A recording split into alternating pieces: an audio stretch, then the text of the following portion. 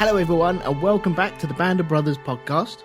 I'm Elton and joining me as always is Mr. Andy Palastides. Hello Elton. Hello everyone.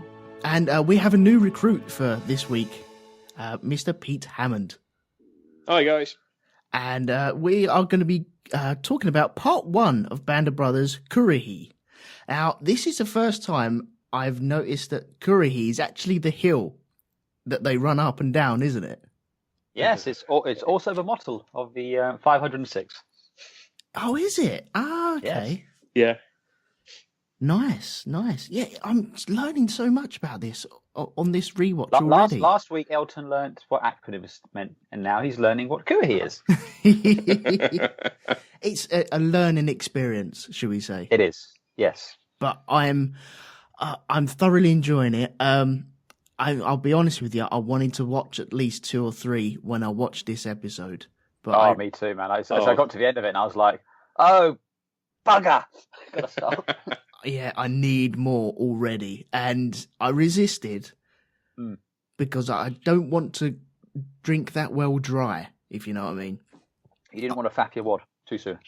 Yeah, if you want to go down that route, yeah, definitely. It's going to end up going down that route, so let's just embrace it. Yeah. So, can I get initial impressions of this episode from you guys? Can I go with Pete first? Of course. Oh yeah, go for it. Right, basically, overall, well, my history with Band of Brothers as a whole, I've been with it right from the very beginning. I read the Stephen E. Ambrose book. Mm-hmm. And then, because I'd heard that the series was being made, and then it came to BBC Two in, was it 2000, back early 2000s, I think it actually was released, and the BBC screened Currahee and Day of Days back to back. I'm not sure they had enough confidence in the opening episode. Because they were saying from the producers and makers of Saving Private Ryan, so everybody's thinking, great, it's going to be bloody and gory and full of action, and of course Currahee's not. Not that matters because it's a fucking excellent standalone episode as it is. So I watched the first one way back in 2000, whatever it was, and absolutely loved it. Fell in love with it immediately. Could pick out who was who from having read the book. And that just set me off on it. And I think, well, as I say, they played the first 2 back to back on that first night. And then from then on, it was just one after the other, one a week. But yeah, fell in love with it at first sight, and that was it. Been with it ever since. And it's not an over-exaggeration to say that I watch Band of Brothers, to a season run through at least 2, maybe 3 times a year. Really, that many? Wow. And I've just started my first one for this year now to coincide with the podcasts. Yeah. So, but I was actually watching Currahee 2 hours ago. Bloody hell. Had you watched it prior to that as well? I think the last run through might have been November, actually. Right, yeah. I always... November last year, yeah. Yeah, that seems an apt time to do a sort of run through, I suppose. Yeah. Yeah, cool. So what did you think of this episode as like a real short take on it? I think it's a fantastic piece of TV. I think the portrayal, David Schwimmer's portrayal of Herbert Sobel, is absolutely spot on. By all accounts, he nailed the character absolutely 100%. You get the impression. I mean, well, to put it bluntly, I think everybody's worked for Herbert Sobel at some point in their life. Yeah. It's just a complete. I don't want to say the word arsehole, but whilst being a complete arsehole, he was potentially and probably the most important person in the forming of Easy Company. I think essentially right from the get-go, he was the man that made them who they were. Yeah, fully agree with that. And the way that he treated them and the way that he coached them, essentially, he completely and utterly united them. Admittedly, against himself. I would say, though, that was despite him, not because of him. Yes, I think that's semantics a little bit, but I think they all united against him. But yes, but I don't think that was his intention. He didn't. That wasn't his intention. He didn't go out saying, "I'm going to give everyone this object to hate. I'm going to be their worst nightmare, so they will all form a unified bond to beat me." No, yeah, no. He was a cunt, mean, yeah. and because he was a cunt, they all fucking hated him. But you know, before we start being too hard on him, do you know what happened to him after the war? Yep. Yeah. Good. Yeah. Yes. So, whilst I will admit that he was a complete arsehole, you kind of temper it a little bit from what happened to him afterwards. So. Yeah. The whole failed suicide and what have you. Yeah. So, Andy, what about yourself? How did you take this rerun of this episode? Oh, it's great. It's kind of like, visiting the family home after being away for a while, or putting on a really comfortable pair of slippers. It's comfortable when you put it on. The characters are all there, and it's just great. It just feels good.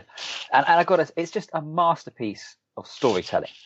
I mean, if you think about it, one of the faults, and I think we've mentioned this on the Saving Private Ryan cast, was you're trying to introduce these characters and their backstories against the backdrop of the invasion, against going off on the mission. And, it's a little bit exposition-y in places. Mm-hmm. It just feels a bit shoehorned in. But by building up like they're about to drop them and it's cancelled and they have this lovely little flashback, you get to meet all your principal characters. Instantly we know everything we need to know about the character of Winters. We know Nixon, we know Sobel, the NCOs, the regulars who we're going to come to know throughout the season are all there. We're getting a sense of their personalities, which is great. They're kind of fully formed from the get-go. And they sound and behave like real people. You don't think these are just people reading a script. You don't think they're just going through the motions. It feels real, which is great. And I got to say, it was a stroke of genius casting David Schwimmer as Sobel. Because I'm pretty sure he was still doing Friends at this point, wasn't he? Oh, God, yes, yeah. Yeah, it was tail end of Friends, yeah. Now, the risk you have is if you cast someone who is disliked and is the hard-assed kind of drill sergeant, but if you respect the person, you kind of go, oh, he's being really tough, but it's for the benefit of the squad. He's being the the harsh parent, effectively. So if you cast someone, say, like top of my head, someone like Ed Harris in that role, yeah, he could have done everything that David Schwimmer did, but you wouldn't hate him as much. You'd have a certain respect for him. But because it's Ross from Friends doing this, he's just pathetic. He's the slimy little. Oh, you again, as they say, they'd like to, messing with grenades and accidentally drop one on him. It's that you just hate him, and yet he's in no way the worst person they're going to meet up throughout the course of the season or that. And yes, he unifies them all against him. But, he's just one of those people you really fucking hate, and I revel in hating him, which is so good. But yeah, it's the bit with the spaghetti. Oh, you mean the noodles with ketchup? Yeah, noodles with ketchup. Are they meant to be orange? Again, it's you can see throughout though. There's moments where, again, just after that bit when they're running up the hill and he's berating them all and they start singing and run by, and he stops.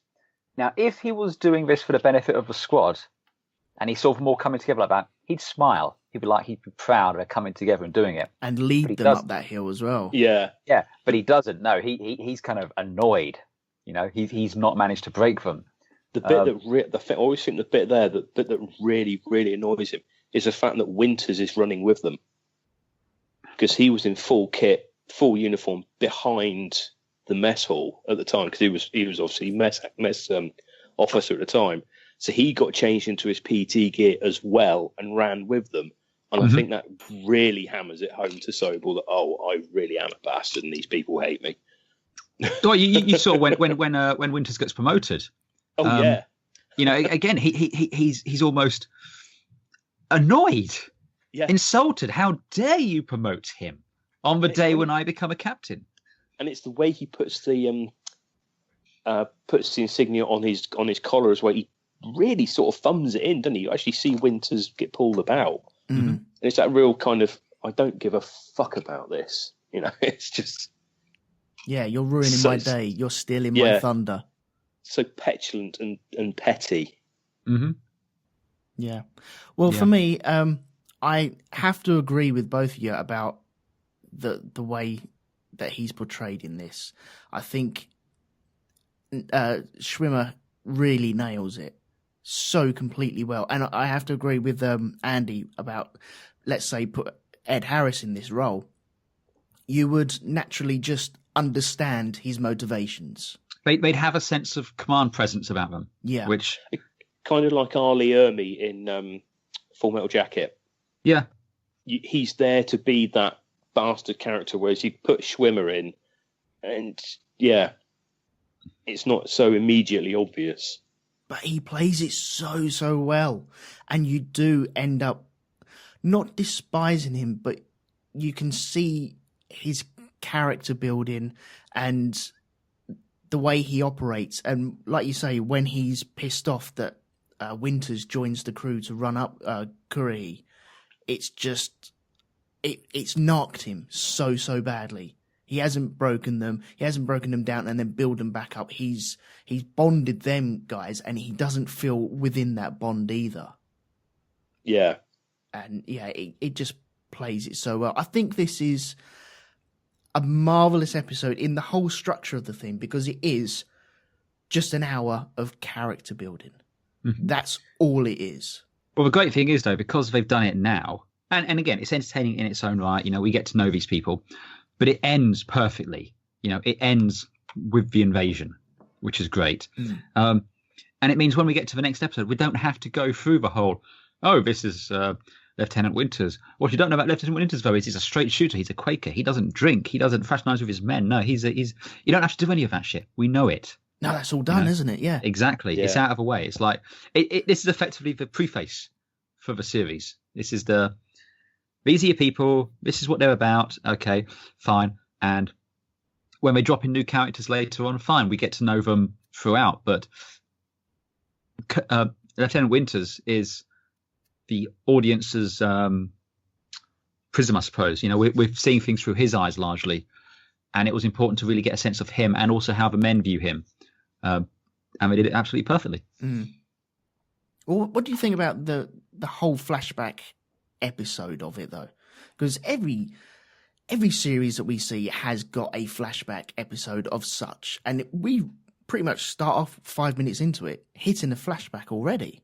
Mm-hmm. But I think it's such a good way of showing them these are our guys, and they're disappointed, and they look nervous, and they just want to fulfill their duty. And then you get to see that build up to that point.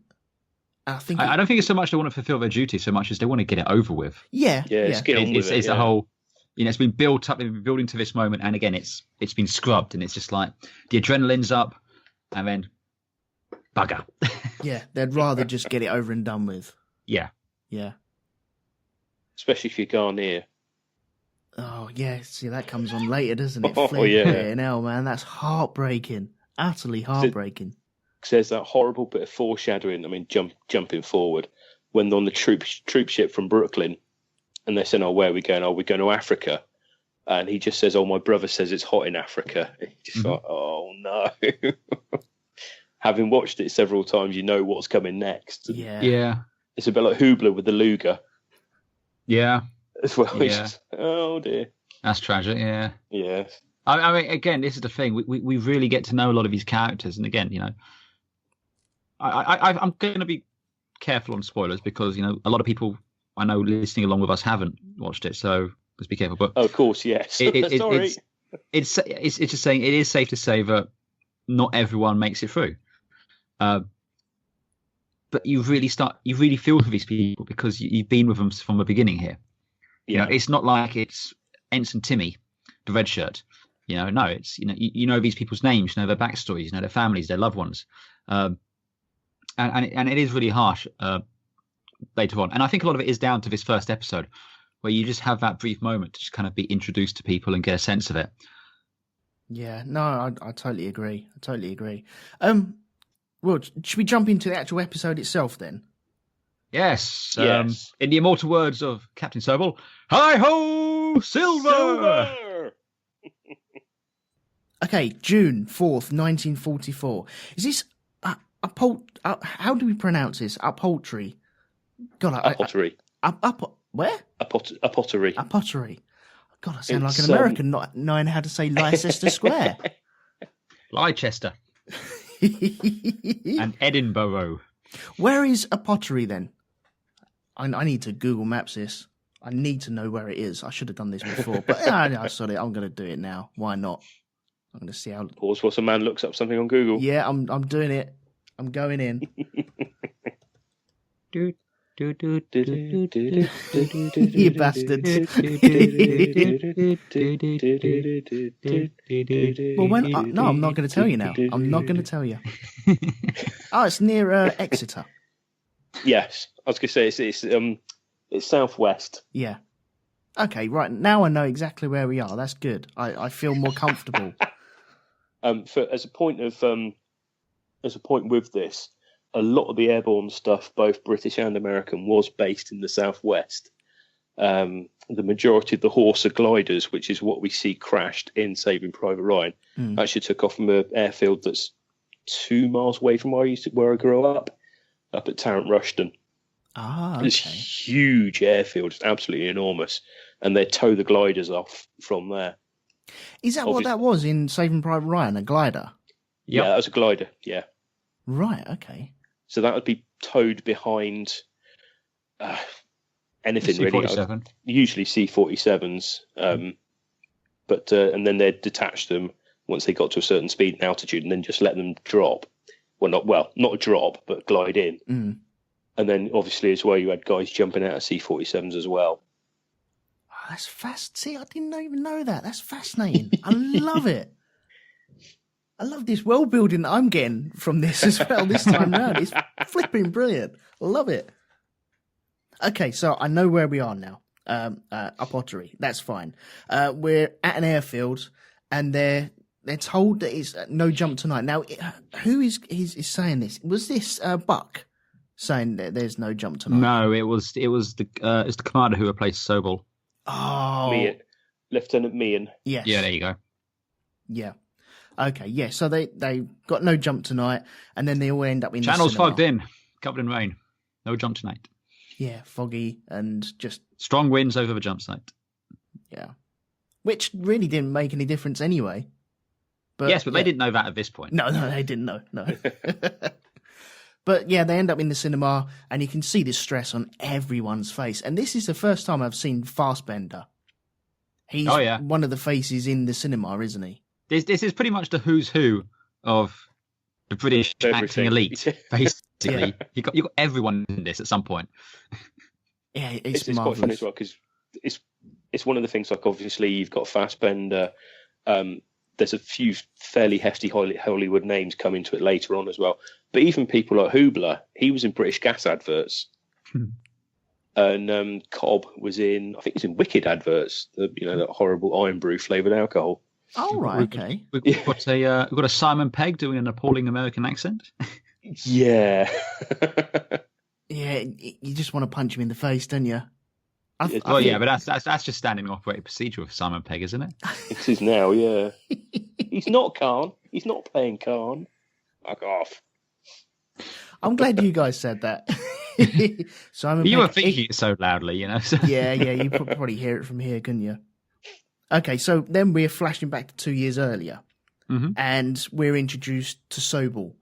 And I think it's such a good character entrance that you know how he operates. You know what his mandate is straight off the bat. He's picking holes in absolutely everything on anyone.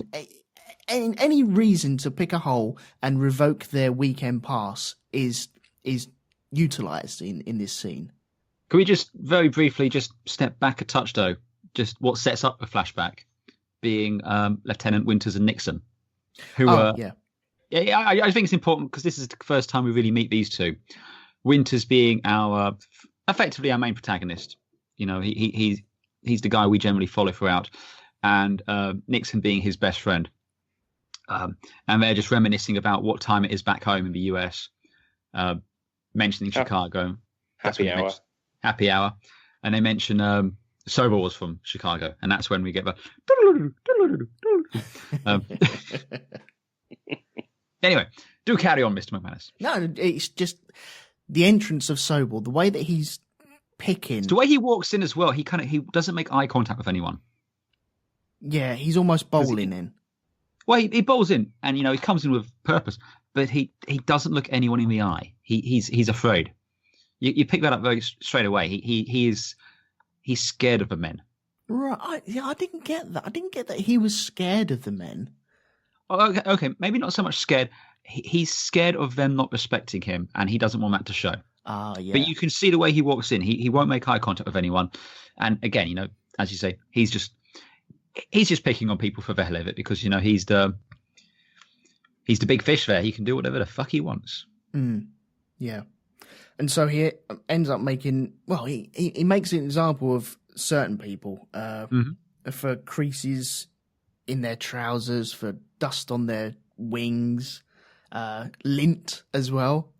Yeah, I'm still trying to figure out what he managed to pull off the Lipton's chevrons. It boggles my mind. I don't know. Maybe a bit of fluff. Yeah, that's all I can think of. A bit of lint was sat there, and you can catch that from anywhere. Crying out loud, and yet he decided he wants to pick holes. A rusty bayonet. It didn't look rusty to me. No. Also, to be fair, I mean, if you're going to go and fight the German, it is the risk of them catching tetanus really forefront on your mind? I'm just thinking the bayonet sticking in the guy's gut's going to do him in long before the tetanus does. Well, I'm thinking, I suppose you want everything to be tip top. He clearly wants his Easy Company to be the best of the best of the best. Yeah. He wants everything shipshape. He doesn't want them to be best of the best for them. He wants them for him. Yeah. Or rather, so he wants to be good. Exactly. It's recognizing that he made them the best of the best. It is because of him that they are, which is why I said they became the best despite him, not because of him. No, I agree with that. Yeah. But he's set his stall out, and we know exactly what type of character he is straight away. I think it's just brilliantly written. But within really 3 lines, we know he's a massive cunt. Oh yeah. Well, yeah, we find out that when he goes all hi ho silver, he's running up Currahee. Yeah. Private White. Is he the guy that stumbles? I think so. Yeah. There was a Private White. Do not help that man. Oh. Yeah.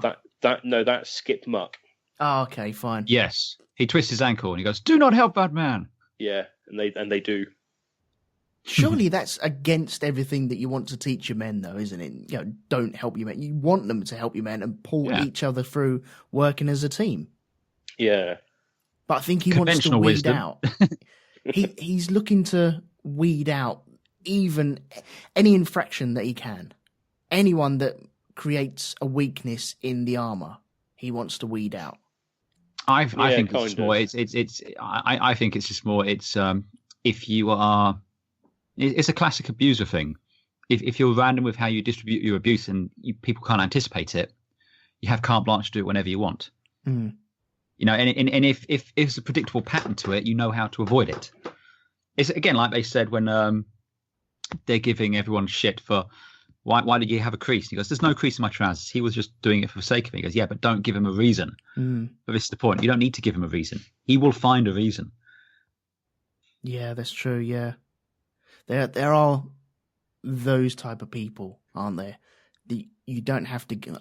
I suppose I can be like that a little bit. I'm such a dick sometimes, and yet I don't need to be given a reason to find an excuse to either go off on one or create a problem. And yet I will manifest to that and work it out myself. And yet there is a problem here, which didn't exist 10 minutes ago, but it's here now, and it's here to stay.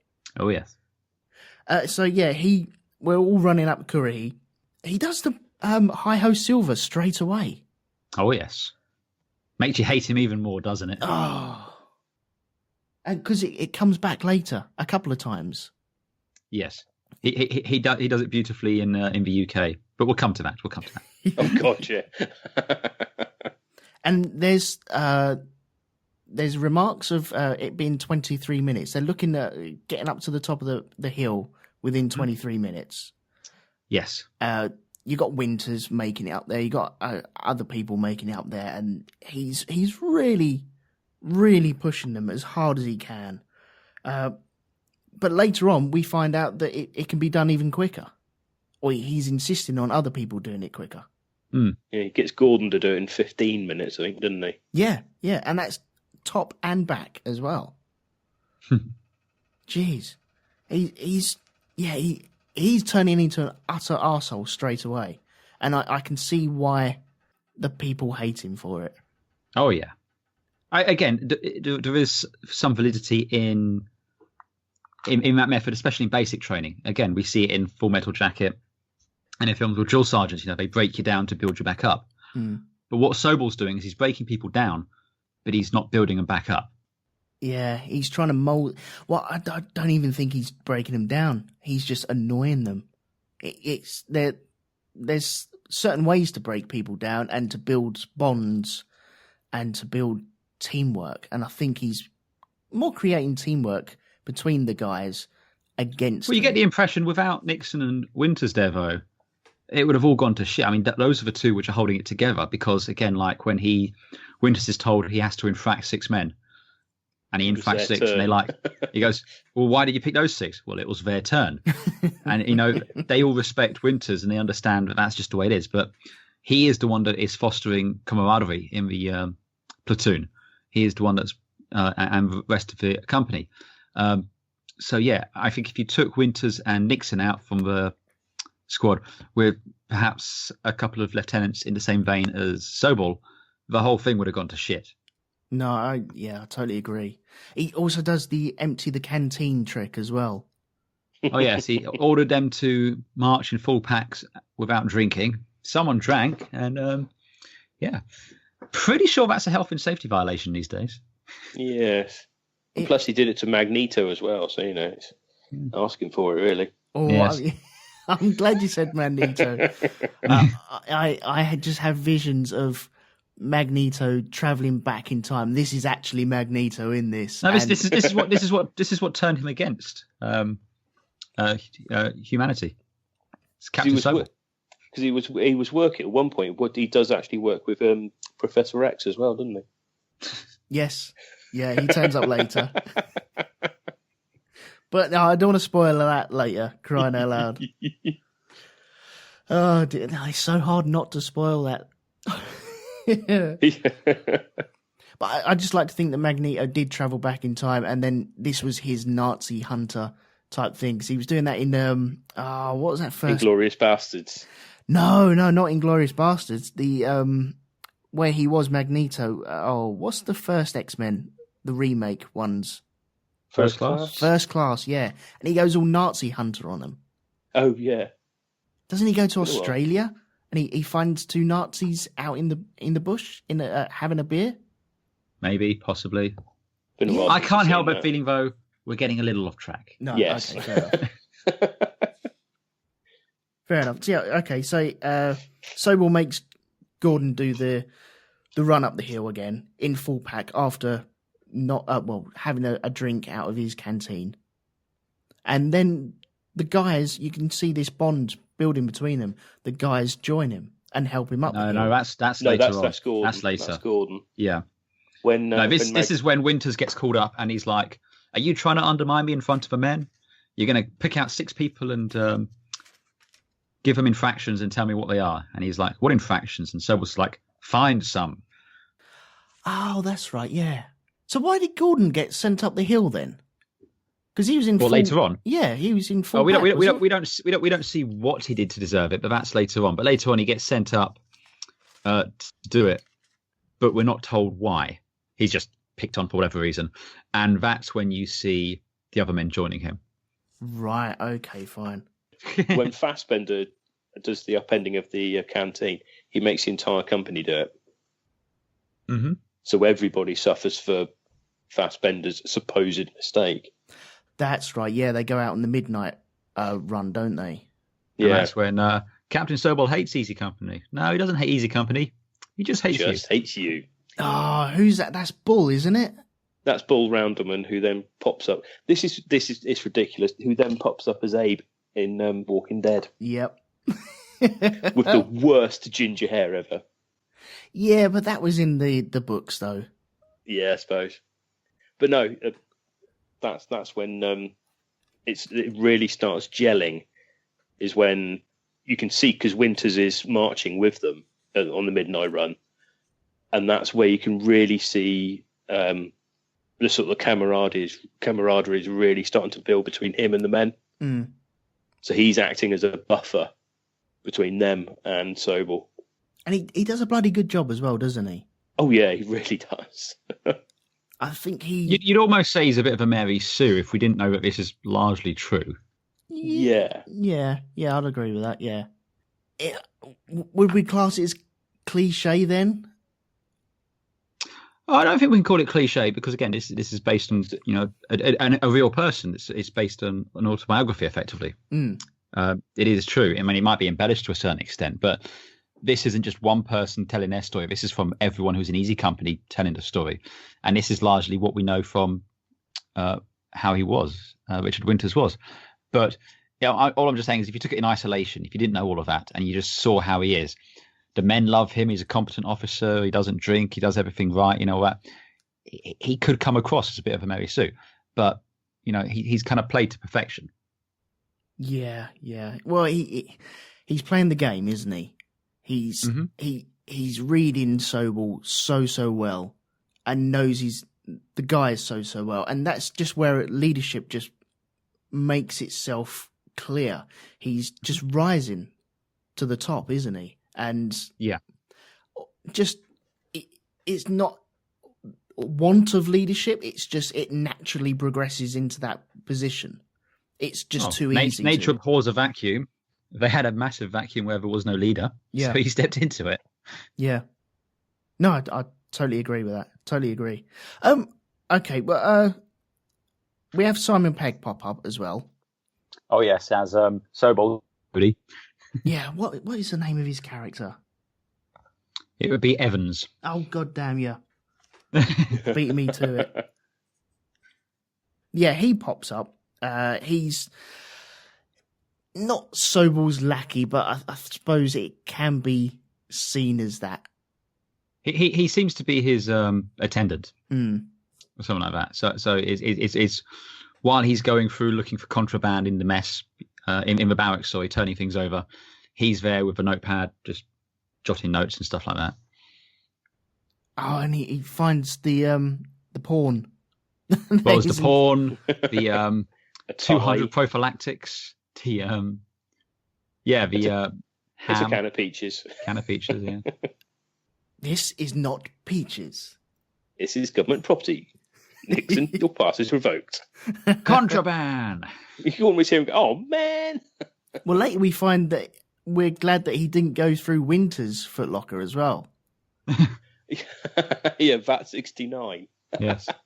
Which you can buy now on Amazon. Well, still buy now on Amazon. Oh, can you? Yeah, I had a look earlier. Okay. I mean, it's 18 quid a bottle. That's not too bad. And, okay, so we have Sobel pinning Winters. Sobel gets promoted, doesn't he? What's he promoted from and to? He's from lieutenant to captain. Okay, and that is just because of has someone moved out of the way, or is this just a natural progression that he's made? I think it's largely natural progression. It's by Colonel, what's the guy's name? Sink, who is played by the guy who's an actual military advisor and was also in Saving Private Ryan. Dale Dye. That's the bloke. But anyway, I just think again, Easy Company is performing exceptionally well. And presumably it was a case of he's been in service long enough, it's time to promote him. And with him going up, there's a space for Winters to be promoted as well. And like you said earlier on as well, Sobel doesn't like this. The way he's offended. Yeah. even though that he knows if he's promoted, then someone has to be promoted below him. And yes, but I suppose you could almost argue he has some narcissistic tendencies. some. Who's Sobel? Yeah, I was being diplomatic, but yes. Perhaps not as much as certain world leaders at the minute, but still. Oh, jeez. Don't go there, man. Honestly, don't go there. No, we're not doing that. No, we're not going there. But all I'm saying is that the attention was taken away from him in his mind. Yeah. Well, he's just as well. Not he's just, but he gets his revenge. Almost, you could call it revenge, because he's going, oh yes, well, I like spaghetti, because he's put Winters on The mess detail. Yeah, mess detail. Yeah. And immediately taking him into a non-combat role where he's, a combat role where he excels and leading the men, and off you go make tea. But Winters is so good at this, because it's just, okay, yeah, if I have to do this, then I won't rise to your bait. He's just, I will do this and I will do it well. Yeah, and I will be the best mess hall attendant that you have ever had in your life. No, don't overestimate how important it is for a decent mess. Army marches on its stomach. Well, yeah, exactly. And I'll tell you, the men will... I think it was partly to try and sabotage the bond between Winters and the men by giving them all that spaghetti, and because they're not going to know that Winters was told they weren't running. All they're going to see is they were fed spaghetti from Winters, and then they went running up Currahee. Oh, see, so I view it as an attempt for Sobel to drive a wedge between the men and Winters. Yes. Yeah, and try and... Sorry, carry on. Oh, just try and pull himself back into the ranks and maybe point fingers at Winters. Well, it's just he's jealous of the bond. He doesn't like it, so he wants to drive a wedge there. And this was how he decided to try it. And that's why afterwards, when you see them running up, people are being sick and aren't doing it, and he's berating them, they start singing with Winters running alongside them, and that's when you get that. He is giving them some shade as they run up that hill. That is one salty motherfucker. Yeah, there's people spewing up the hill. Yeah. Oh, but they're not stopping. That's the thing. No. They're not stopping. He's really tried to screw them over, and yet they're not stopping. They're still going for it. They're going to drop their load. They're singing. Yeah. They're singing as they go. They're united. They're getting up there, and it's just like, well, yeah. What are you going to do? Yeah, he's a massive dick, really, isn't he? Oh, yeah. Massive dick. But yeah, I love the fact that the last shot in the canteen is of Sobel looking at Winters. Winters is just grabbing another pot, either going to wash it up or dish it out or whatever he's going to do.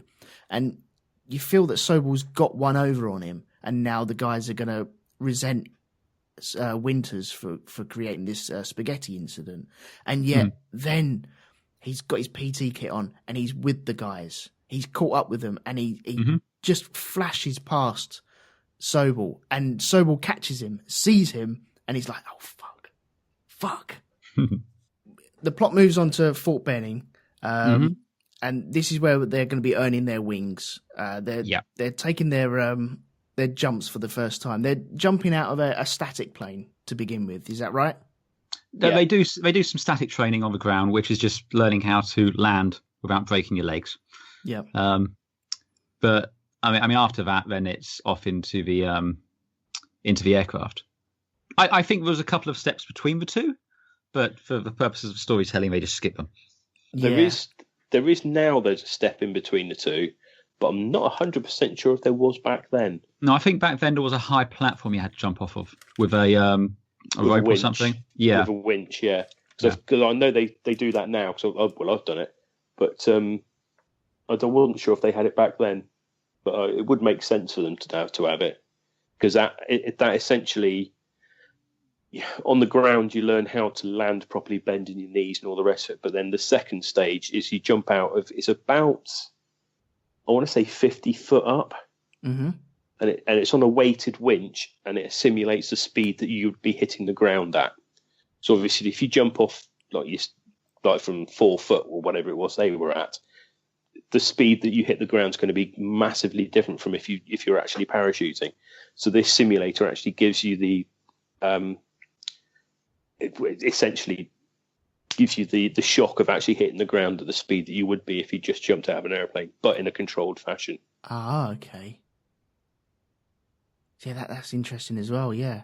I would have thought they would have worked their way up to different level platforms anyway, but is it worth a montage in this? I don't think it... No, doesn't add anything, so... No. There is a montage later, though, isn't there? You need a montage. I'm sure there's... Combat training. Yeah. Combat training, yeah. Yeah. But, you know, it's easy because, it's easy. You can see Sobel, and he's picking holes in everything. Himself. Yeah. Well, he's picking holes in people landing, and you would have broken your legs and such. And you can see he just doesn't relent on it. There's no praise given. There's no building up of people. It's just bitching and moaning and having a go at people. He's a stickler for everything perfect. And if he doesn't get it, even if he does get it, he'll still find something imperfect about it. And he doesn't relent on that. And you can see that in every single scene that he has. But do they get up into the planes then, don't they? And they are C-47s? Yep. Yeah. And we can see people checking themselves in the line on the plane, and they turn around and say, well, okay, if you refuse at the door, that's it, you're out. You have to do 5 jumps to qualify. If you refuse either on the plane or at the door, you are not going to be a paratrooper. You'll probably get shoved into infantry, I would have thought. There's no ifs, no buts, no coconuts. Yeah, basically. Yeah. You can go and join Tom Hanks. Yeah. On the beaches. Yes. Why not? Go and play on the beach. Oh, actually. No, let's move over that. So Sobel, he shits himself. He really does. Mm-hmm. It's that classic sort of thing. He's all mouth and no fucking trousers. When it actually comes to doing the job for real, he's not got a clue. The bravado just falls away, as you'll see later as well. But as soon as he gets up in the plane and actually has to jump, it's something that he cannot control. It's a situation he cannot dictate. So he immediately just shits him. Yeah, just the nerves take. I mean, jumping out of a perfectly functioning aeroplane is a scary thing to do anyway. But it's just the added fact of I've been the big balls, I'm Billy Big Bollocks, I've been the big I am, and oh shit, this is something I'm not in control of. And he's not first in line either, is he? And he's not first in line, and it's a great leveler. We're all in the same plane here. We've all got to do the same thing. Yeah. And if I'm terrified, I'm not sure if he was terrified of heights or what, but basically he had to jump. The others kind of had the option if they didn't fancy it, they could get kicked out or whatever. It wouldn't matter so much. But for him to refuse at the door, that'd be it. He's lost them completely in his head. I mean, he's never really had them, but in his head, this is it, and it's not something he's in control of. And I think that's where the bravado fails immediely.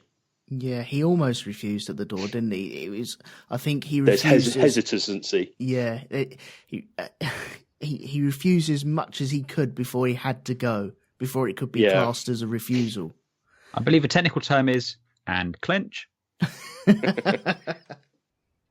But this is great foreboding to what will be happening later. You can now see. Oh, yes. You can see chinks in the armor of this very stern man. It all bravado and just cold as ice. And now you can see a little waver, and the guys tap into that as well. And it's noticed very, very quickly. yeah. But once they've all had jumps, then we get some drinks as well. Oh, yes. And this is where you can see other people come into the fore. There's the guy that does all the impersonations.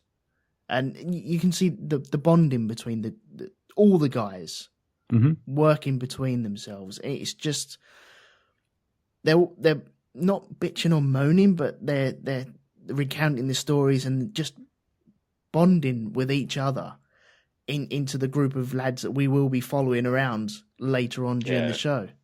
And it quite nicely sets up different personalities throughout as well. Because obviously you've got the guy that, as you say, does all the impersonations, is mucking about, George Luz. His character is cemented there and then in that episode as kind of the company joker. You've then got what's his name, Johnny Martin, played by Dexter Fletcher, as kind of a very hard-nosed, straight-laced, no-nonsense sergeant. Yeah. Got people like Bill Garnier, who's seen as kind of a bit of a wild card as well, quite outspoken, and it's all very nicely setting people up as it goes through. Yeah. It's very well done. Oh, yeah. Superbly done, yeah. Okay, so we've had the drinks. We move on to June. We get Colonel Sink coming though as well. Tells them all, "I'm proud of you." Yep. Oh, sorry. One more thing there. That's also when you find out that Currahee is actually the motto as well. Yes. Yeah, because that's when Dale Dice says it. Yes. Ah, okay. Yes. I want you to have fun and remember our motto, Currahee. Yeah. And they all say Currahee. Noticeably absent, one Captain H. Sobel. Yes. Yeah. Not even partaking in a drink or anything like that. One doesn't mix with the commoners. No, I suppose not, no. One is in the officers' mess drinking sherry. Mm. Well, he's not drinking whiskey, is he? No. Okay, so they move on to Camp... Oh, Mackle. Camp Mackle, yes. Yes. 1943. So this is ground exercises after they've actually parachuted in. This is learning their orienteering and such. This is combat training. This is tactics. This is, ambushing and stuff like that. They're engaged in a war game, it would seem, because we have the adjudicator present. Yep. And this doesn't go down well. Well, it starts off going well. Yeah. And then somebody panics and loses their cool. Mm-hmm. He starts going, "We're lost, we're in the wrong position," and Winters. They're in this lovely little foxhole where we've got clean line of sight, perfect ambush position, and then he's looking at the map, going, "No, we're wrong. We need to be over here." And Winters is like, "Look, just chill. They're going to come here sooner or later. We'll just kill them then." But he's like, "No, we have to go this way." So off we go, and they get ambushed. I think the phrase is, "They're just out there. Let's go get them." I believe the technical term is FUBAR. It certainly is FUBAR, that one. Yes. So they all get ambushed, wiping out 95% of the squad. Yeah. So were they in the wrong position, or is it just because Sobel's inability to read a map? Even if they're in the wrong position, probably because of his inability to read a map, doesn't matter. And this comes, again, this isn't so much as a spoiler because this is just historical fact, but when you're doing airborne drops, the odds of you landing where you're supposed to are about 1 in a bajillion. So, you need to improvise, you need to think on the ground. And we're getting a sense here that Winters is a much more capable soldier than Sobel is. As well as a leader, a capable soldier. One thing I thought was very telling at this point as well is when he's told that, he's been ambushed and he's lost 95%, Sobel's like rolling his eyes and going, "Jesus Christ." He then turns around and points, I have to presume, a loaded weapon. I was going to say the exact same thing. And it's just like, dude. He's not got a clue. That is what we generally term as a no-no. Yeah, that is a massive no-no. Yeah. Whether it be blanks or anything, you don't point at anything you don't intend to kill. Exactly. and yet he's Yeah. done this. And he he's uses does the it, point like- of three people. It's like you, and you, and it's just like, ooh, yeah, I always wince at that bit. yeah. Someone is not very professional. Yeah. So, after this, because you can now see the breakdown of Sobel's leadership, it is starting to wane ever so slightly. Winters is looking more of a leader in the eyes of the men than Sobel himself, even though we knew that. But Winters is really coming to the forefront as well. And you got Nixon, his best mate as well.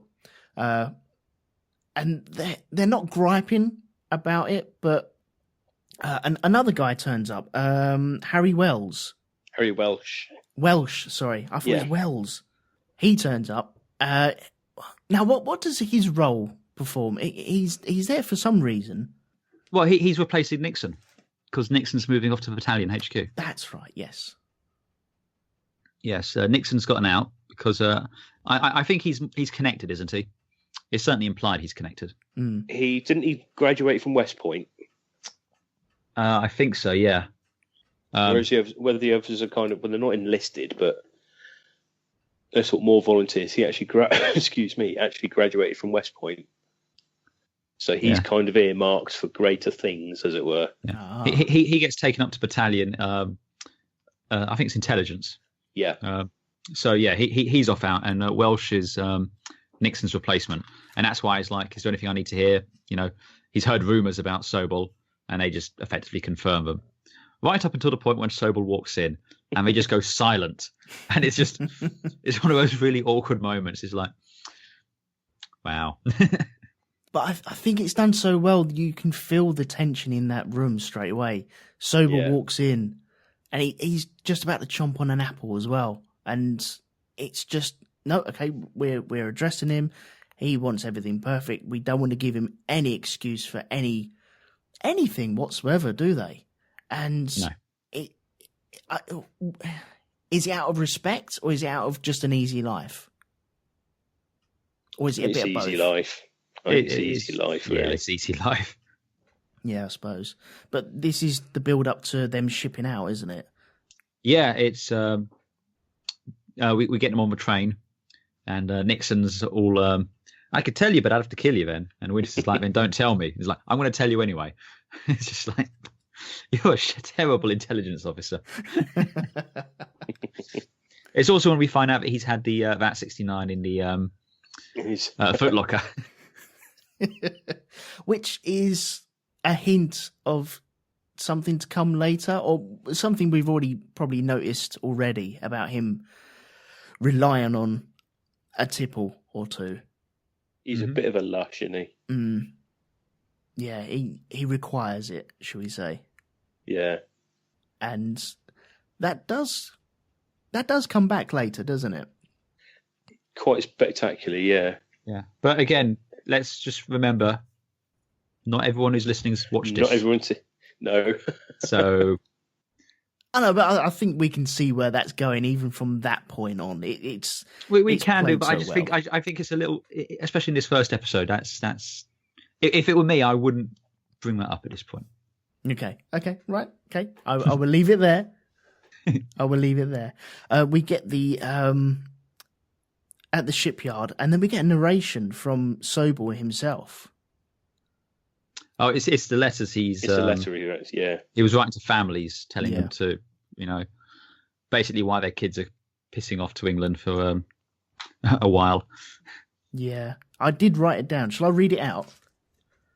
Only if you could do it in the voice of David Schwimmer. Oh, I can't do that. No, that's not going to happen. I can do Chandler, but I don't think that works. That's fine, yeah. Do it in the style of Chandler. No, I'll tell you, I will read it out. He says, Dear Sir or Madam, soon your son will drop from the sky and defeat the enemy. Your frequent letters of love and encouragement will arm him with a fighting heart, with that he cannot fail, but will win glory for himself, make you proud of him and his country, ever grateful for his services in its hour of need. Colonel Herbert M. Sobel. And that's where we get to see the Statue of Liberty. He's still a captain.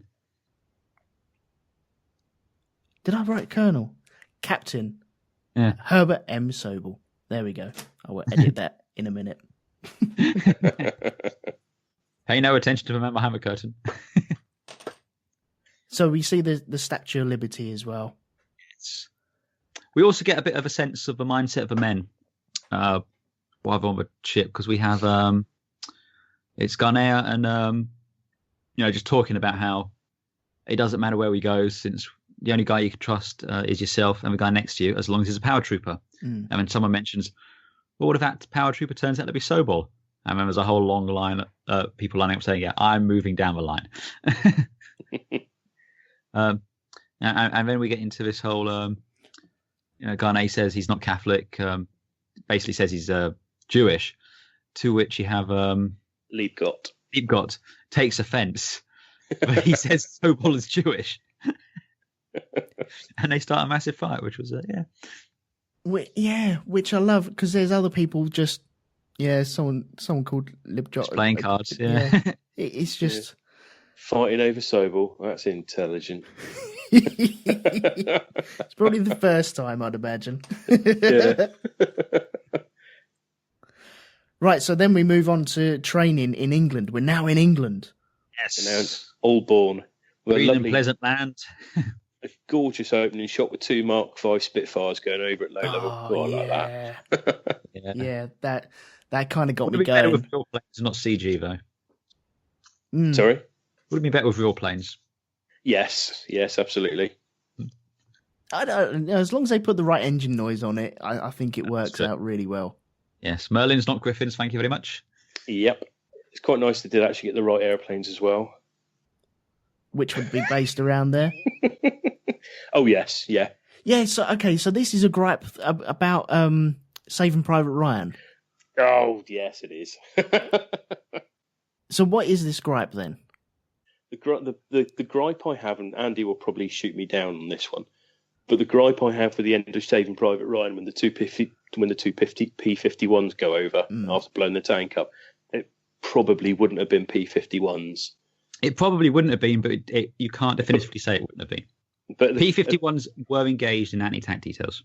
Yes, it would more likely have been an RAF Typhoon, but there's only one Typhoon left on the planet and it doesn't fly, and it's in Hendon. Yes, so it's easier. Around the corner from my house. So it's easier to get a pair of P-51s in, but they didn't have rocket rails under the wings. That annoys me. Right. Yes, I can't fault you on the rocket rail thing, but I'm just saying it could have been P-51s. And one of those P-51s is actually Swedish and was based at Duxford for a while, because he had a whiny supercharger. You can hear it in the film. Isn't that one that crashed? No. Okay. No, that's the Swedish one's still going. I love this. I love geeking out on planes. I think it's brilliant. It's been years since I geeked out on planes. I've dropped off the radar on planes for so many years.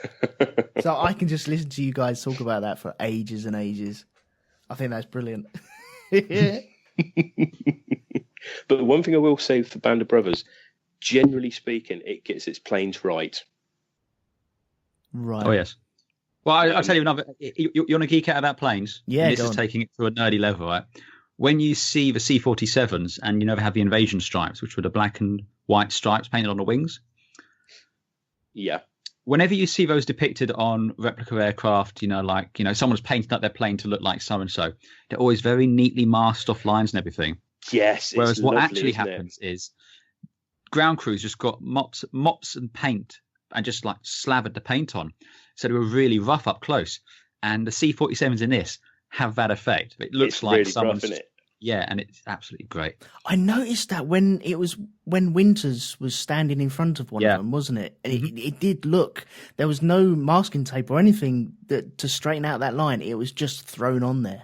Yeah. Which is exactly how it was done, because they only added those invasion stripes like a day or so before the actual operation, because it was a last minute identification thing, because they didn't want to tip their hands to the Germans, so they started sticking stripes on their aircraft. Right. Okay, so these are genuine invasion stripes. Well, yeah, the idea was then if you you got your forces down there. You see a plane flying overhead with stripes. It's a good guy. You don't have to shoot it. Whereas if it doesn't have stripes, shoot the bastard. Right. Okay. This is fascinating. I love all this shit. I fucking love it. And then the Germans decided to do the same thing. No, it didn't. Oh, they didn't. Oh, okay. I thought you said they did. No, they could have done if they'd been tipped. Okay. Yeah. But again, we digress ever so slightly. Yeah. No, I love. Yeah. Maybe we'll geek out on other stuff later on. That's cool. Oh yes. That's cool. So we're training in Auburn, England now. Yes. And Sobel's late again. He's in the wrong place and he's late. And yes. it looks like Winter's got would you call it a company or a Platoon. A platoon. So Yeah, Winter's platoon. has got a platoon and Sobel's got a platoon. Mm-hmm. And they're going after an objective to get somewhere before the others. It had to take a crossroad, wasn't it? That's right, yeah. Yes. Yeah. To guard a telephone box. Yes. There was clearly a telephone box there. I thought they had to capture the man on the bicycle. Yeah. You've got me, goddamn. Yes. Bloody hell. And okay, so Sobel is. I just love this scene. It is It possibly is great. one of my favourite scenes in this episode where Sobel was running up. He's like, why is there a fence here? There's not supposed to be a fence here.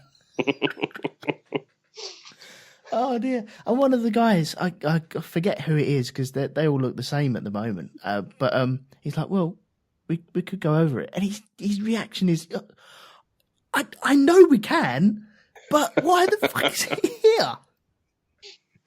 And you can see he's. Oh, that's what you got. Simon Pegg there as well. Just like, yeah, he's the one that says we could just go over it.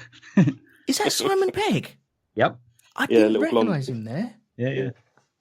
Oh man! See, another thing for me to pick up next time round again. Yeah, so he sends his group of men over behind some bushes, Yeah. and this is where we get Luz. Doing a fantastic impression. Oh, Of Major Horton. Yeah. it's just genius. It makes me wet my pants every single time. My favorite line is just, "Now that dog just ain't no hunt." I love that. I absolutely adore it. And so Who said that? I think it's Major Horton, sir. Did he join us? I think he's moving between the companies. That's just genius. That. But it's once again, it is good character building for Luz. We know that he's the Joker now in the whole crew that we're going to be seeing, and he's easily led as well. Oh yeah. Maybe not easily led, but easily goaded into doing stuff like this, and it just works so well. Well, And- again, they're all exacerbated that he's lost again, yeah. and they just want to kind of get on with it, But yeah, it's a great fun little scene. And again, David Schwimmer just sells this incompetent sycophant so well. Oh yeah. So they end up cutting the fence. And we get the hi-ho silver thing again. This is genius because you have Winters falling into position, and you have a bloke on a bicycle coming down the road, and them coming over and taking the crossroads, and the guy on the bicycle just gets blocked every single turn he goes. By the way, but for people in America listening to this, England is exactly like that. Every single street, every single turning is exactly like that. They actually film that on Regent Street in the middle of London. Exactly. That's what it is like. Piccadilly Circus. That's what Piccadilly Circus is like. At rush hour, yes. Yeah. Yeah. And there's a gentleman on a bicycle. Always. And always. Always. Red telephone box as well. All over the place. They just grow here. We don't manufacture them. They just grow. Oh, there's fields. There are fields, Neo. Endless fields. Of red telephone boxes. Yes. Oh dear. So Winters takes the crossroads. Next crossroad, we're just one platoon, and it was supposed to be of two. And then while they're set up, you hear, "Hi ho, Silver!" And Sobel and all that come charging down. And you get that great line from the guy on the bike says, "Is that the enemy?" To which he replies, "Yes," in a manner of speaking. It's the tip of the hat then, isn't it? It's just... Yeah. Oh, it's beautiful. Beautiful. Do you reckon Sobel will get away with shouting "Hi ho, Silver" while on actual tactical offence out in the field for real life? I bet he thinks it makes him sound like a real badass. He'd get the first high out, I think. I think Hi. the hope. And the rest would just be gargled blood. Yeah. Yes. Oh, what I also like about that as well, the old boy on the bicycle, when they, at the end of that scene, the look on his face, it's kind of, I've been here, I've done that. Sort of, I was doing this 30 years ago in France. Sort of look about him. Oh, do you know what? I didn't even think about that. It's kind of haunted. Yeah. Like we've been bombed, we've been having the shit bombed out of us for the past 2 years. Was it 1943 at this point? We've been bombed and all the rest of it. I was doing this 30 years ago. There's a real kind of resignation on his face. Yeah.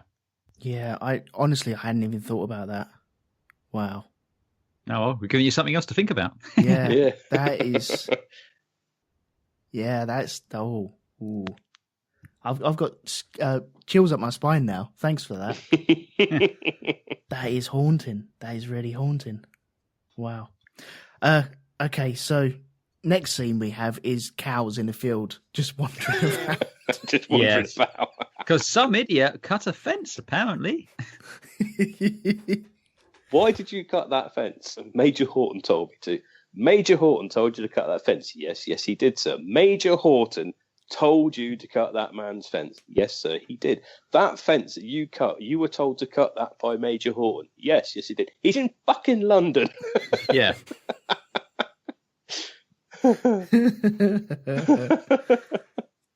And okay, so then we have Simon Pegg, turning up to Winters, and he's dropping off a court-martial. Yep. What is the court-martial for, though? Well, he states, Sobel states that Winters was derelict in his duty, in that he was issued an order from his commanding officer, and he failed to carry out the order. Now, that's when you get into the whole thing with Winters saying, well, no, I carried out your order. And Sobel effectively saying, well, I changed my mind and never told you. Well, he says, I telephoned, to which Winters replies, I'm stationed at a house that doesn't have a telephone. Mm. And then he says, well, I sent a runner and no runner found me. No runner found me. And then Sobel says, well, it's your job to anticipate what I'm thinking, effectively. Yeah. And then he's like, he's just trying to make a point. Again, he's sulking because Winters captured the objective without him. And says, look, just take your punishment, stay on base for a weekend, and it'll be fine. To which Winters says, no, I have now had enough of this shit. And puts in for court-martial. Yeah. We should qualify if people aren't sure. Court-martial actually just means a military trial, effectively. It doesn't mean he was going to be instantly kicked out of the military or anything like that. It just means there would be a trial. Which Sobel is trying to call his bluff on. Yeah. Essentially, yeah. And but it Winters backfires quite nicely. Yeah, it is sweet the way that you can see it in his face as well when he takes the pen and writes. It's like what? Well, it's the way that Sobel is at his desk. He does look up to Winters, but then he's also looking around his desk as well, as if I know what I'm doing is shit. I'm just trying to get something from this situation. So take it like a man. You spend your weekends on camp anyway, so take it, and then we can move on. And he's don't he call him by his first name as well? Yeah, calls him Dick. Actually, calls him Dick at one point. Yeah. Which is the only time as well, isn't it? Yeah, he did it one other time, I think. Yeah, and as you say, Winters deems not to. He wants the court-martial, and so he's dropped to mess duty again. Well, it's battalion mess duty as well, so it's kind of like he's effectively taken out of a company at that point. Right. To which point we get Lipton and a bunch of other guys. These are All the NCOs, effectively. Yeah, the NCOs, all gathered around a table, talking about what's going on, about Sobel, and they don't want to work underneath him anymore. Well, no, they're basically saying they will not go into combat with him. They don't have faith in his ability as a leader. I think he would get them killed. Well, and I think that's a reasonable assumption to make. Yeah, he would put them in a position where they could get killed. Yeah, essentially. Yeah. So they all band together. They write a letter and hand it in, saying that they. I can't remember the exact words that were written on the notes, but they're all writing exactly the same words, aren't they? They're just signing it with their own names and sticking it in, and it goes up to. Is it the Colonel? Goes to Colonel yes. Sink. Yeah. Mm-hmm. Who then busts them all down. Not all of them down. Oh, a couple of them down. Sorry. He dismisses Harris and busts Ranny down to private. Yeah, and the rest of them he kind of just lets them carry on because, as he says, I'd have you all shot, but we are on the eve of the biggest bloody military thing ever. Yeah. But this is pivotal in Sobel's military career. Mm-hmm. Yes. Surely. Yeah. Because absolutely. This is the point at which, obviously, Commander going to hear the rumblings of, this guy's fucking useless. And then all of a sudden, for all of the NCOs working under him to say, no, we're not working for him. We've got no confidence in him. That's the point at which Colonel Sink's going to go, right, we need to move this guy sideways. Which is exactly I think what they do. Yeah. They'd have been aware for a while, I would have thought, of Sobel underperforming, shall we say. And yeah, it's just, they knew what they were doing. It was like, yeah, we don't want you leading troops into combat. So you can go and torment some new recruits. Well, it wasn't even recruits, was it? It was training. It was chaplains and doctors and sort of porters and anyone else who might need to parachute in who isn't in combat. So yeah. Oh, okay. So he's going to find it a lot harder to bully them, basically. So it's not even infantry that he's going to train. So potentially it's going to be people that are higher ranks than him as well. Yeah. Ooh. Bloody hell, man! That's a proper kick in the whatsits. But I think with the guys getting together and handing in these letters, and also that added to the 95% death rate of one of the tactical missions that they did, it's just too much for the Colonel to take. And step aside. We'll just move you over there. We don't want you in the field. It's just another body to bring back. Possibly, potentially, more body. You're going to create more mess over bodies. There. Yeah. Yes. And there is that, and again, it's just this isn't the sort of like Wellington's army or Nelson's navy where you can effectively have an incompetent commander and just throw bodies at the problem and have people do it. They don't have that level of resources anymore. So if all of Easy Company refused to serve under him, there wasn't a huge amount they could do. Well, America was serving two flanks as well, weren't they? They were in the Pacific at the time as well, weren't they? Yeah. And so there was limited men available. And plus, in a unit like the Airborne, by definition, it's a much smaller unit. Yes. It's tight in it. It's elite of the elite. Right. Okay. So Sobel leaves. Winters salutes him, and he doesn't salute back. No. That's just a. He might as well stick two fingers up. Oh, effectively, it's massive. I mean, again, we have to understand. I don't know what the situation is in the US, but in the UK, when you salute an officer, you aren't saluting the officer, you're saluting the crown. Mm-hmm. Saluting the king or the queen. I assume it's something similar in the US. You're saluting not the you're saluting the rank, not the person. So I think you're saluting the uniform. Yes, but it's disrespectful. And again, it just shows how petty Sobel is. But there you go. That's the man we've come to know and love. Yeah. And yes, and all is right in the world at that point because he's fucked the fuck off. Yeah. He's off playing with his dinosaurs. Yes. We were on a break. I was wondering who might bring that up. Yeah. So this brings us full circle back to a pottery then. Yeah, we're back there with the invasion called off for the night. We also, we pick up that thread and we find out that Garnet's brother has been killed in Monte Cassino in Italy. And they go, do we want to tell him this, right before the jump? It's like, well, if it was me, I'd want to know, but, what's going on. But as fate would have it, he finds out anyway because he accidentally picks up the wrong jacket. And then, in a bit of a dick move, it must be said, reads a personal letter that wasn't addressed to him. But do you think he did pick up the wrong jacket, or do you reckon it was made so he had to pick up the wrong jacket? No, I just think he picked up the wrong jacket. I don't know. I reckon I think it was easier.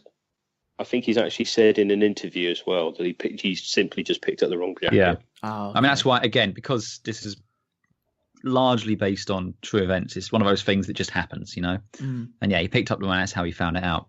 Then we come to probably my favourite scene and sequence in the entire film is the next day, they're finally getting ready again to do the jump. And you got all the men with all their packs lying down in front of the aircraft waiting to go.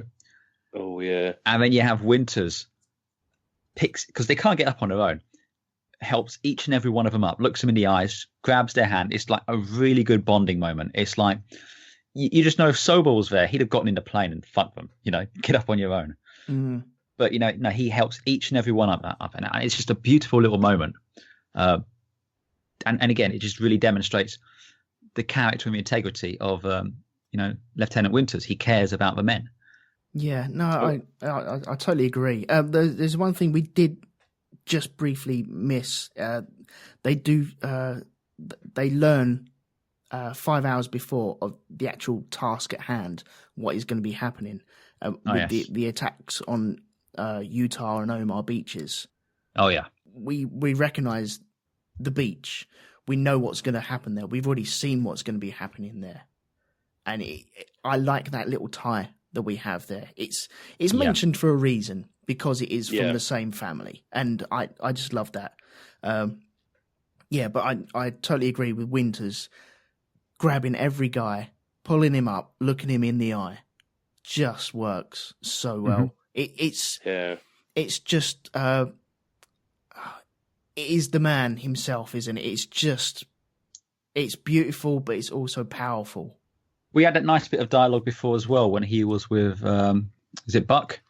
The new lieutenant who's come in. And he's like, he'd been gambling with the men. And he doesn't see what the problem is. But then Winter says, never put yourself in a position where you have to take from these men. You have to give them everything. And you don't want to be in a position where, if you win gambling, you're taking money off them or anything like that. But yeah, it's just true leadership there, natural instinct, and it's just fantastic, and I love it. But then we get to firing up the engines, and that music starts. I love that fucking music. There's that one shot as well of one of the anti-aircraft guns as one of the C-47 goes over it. The way it's the way the natural light just catches it. It's clearly not long finished raining, but just the sun coming in. It's just a gorgeous shot. It's lovely. And Tom Hanks is one of those guys on that gun emplacement apparently. Oh, is he? Okay. Yeah. He actually got dolled up for the day. Yeah, because you can see the guys on the gun shaking hands with the guys getting into the aeroplanes as well as they're leading up to the aeroplanes. It's it's so well done. It reminds me of Memphis Belle, that whole when we're all taking off and everything. Yeah. But I love the music and everything. Seeing the aircraft take off. And I think they only had 3 flyable C-47s to doing it. Yeah, they did. They only had the 3 there Yeah, that they could use. they had 3, and the rest of them are cardboard cutouts, effectively. And it's good editing because at one point Yeah. you've got like 7 taking off, but it's the way they just sort of reran it and just went round and with the wizardry of cameras. Yeah. But no, it's absolutely gorgeous how it's done. And then you've got the other ones forming up in the background as well. Yeah. Yeah, and so they're off for the drop. Yeah, I mean, then you have... I understand why the shot's there, but it's the weakest shot in the entire film for me. It's that final shot when he's just like looking out the window, or out the door, sorry, and it just kind of pulls back the camera, and it's just... The CG's not dated terribly well at that point. But other than that, I can forgive it. It's quite. I mean, I know what you mean about it looking a bit crap and a bit cheesy, but it's there because that's kind of where that chapter in the book ends. Yeah, with Richard Winters actually saying, you know, we're off to France and all the rest of it, and what he did is he just sat in the open doorway and just watched. Yeah, but I'd rather had a point of view shot. I'd rather have been over his shoulder looking out the thing than what we got. Yeah, panning out. Yeah, the panning out is just a little... I mean, you could still get the sense of the scale by just looking out and seeing the aircraft, looking down and seeing the ships. You could have done all that. That would have been better, actually, yeah. Exactly, yeah. It's just that shot's just a little bit weak. But yeah. Do you know, there is one shot that I thought was weaker than that. It's Winters writing by candlelight, where they crossfade it just before they fly off, and it just feels like a chocolate commercial. It just doesn't work for me. I know it's contemplating on what's going to be happening the next day and all the build up and the quiet anticipation of what is going to be happening. But wasn't that that's the end of a flashback though, isn't it? I thought that was leading up to this. I thought that was the end of a flashback before we come back to the current bit. I could be misremembering. Right. Well, anyway, that's my weakest shot for this. I understand why on the CG front from panning back from the aeroplane, because I did go, oh, hang on, that looks a bit ropey. But I bear with it because I can't moan because I love it so dearly. Yeah. But yeah. Are we all... Sorry, Garen. No, go on, mate, go on. I was going to say, are we all given our weakest bits of the episode? Yeah, well, I've done mine, so what's yours? My bit actually runs over into a couple other episodes, actually. And it's the portrayal of English people. No. It's, when you've got fair point, well made. Yeah. You've got the 4 guys coming across. You all right, me old China? Would you have an EVIT? I was around the apples and pears the other day and I found his Sluga. He actually utters the phrase, "You're having a bath if you think you're half-inching that." And you're just like, oh, fucking hell. No, but we all talk about that. Be lucky, have a banana. It's, oh, fucking hell. But it rolls over. I'm not... one of them is a bit of a... Actually, 2 of them are a bit of spoilery. But I will just say the portrayal of the British in Band of Brothers is appalling. Which is ironic because most of your actors are British. British, yeah. But I can kind of understand why the portrayal of the British is so bad. It's because the book Band of Brothers, on which this TV show is based, is written primarily from first-person accounts. So the interactions that the Americans would have had with the British would have been seen how they're portrayed in the show, if you see what I mean. Because there's one, and this is a bit of a spoiler, but later on in another episode there is a bit where somebody goes to collect his kit after it's been washed. I'm not going to go too far with it, but the woman actually seems very standoffish and very brusque and like she doesn't give a fuck, which obviously is how that person would have potentially seen that person, with that interaction. But I don't think the writers, or indeed the character at the time, would have understood that we've seen all this shit before, mate. Right, And yeah. there's kind of a reason why. I mean, the funniest one, in that scene, there's a girl in the background actually doing washing up and cooking and stuff. And my grandmother would have been that girl in the background. And she hates Americans. Well, hated, she's dead now. But she hated Americans because of when they came over and all the rest of it. And there was a real sort of arrogance to them. So I suppose it works both ways. But no, the way the British are portrayed in Band of Brothers is quite bad. I would say. I get where you're coming from, but especially in another one later on, it really does grind. I kind of like it. I like that they think that we're all like that. Do you remember Independence Day? Do you remember Independence Day when oh god, yes. Tally ho, pip It's pip the Yanks. toodaloo. They've got a plan to take on aliens. What about bloody time? You know what the worst thing about that is as well? It shows they're flying F-16s. What the fuck? They're not flying F-16s. They're wearing tornado patches in their sodding arms. What the fuck? Yeah, bloody F-16 with a roundel on in the background. What the fuck are you playing at? You won't have a trouble giving it a British bloody registry number. You couldn't get the right fucking plane. I will say, though, Hollywood has got it right in one place. Have you seen the trailers for Dunkirk? Oh, yes. I've seen. Oh, yes. Seen you one. See when the Spitfires roll over. Yeah. Nolan's done his homework. Yes. I like that. Yeah, I'm looking for gravity-fed fuel tanks for you. Yeah. And the right colours. Oh, that's right. Yeah, because when they roll over, they splutter, don't they? Oh, they starve because gravity-fed. Yeah. Yeah.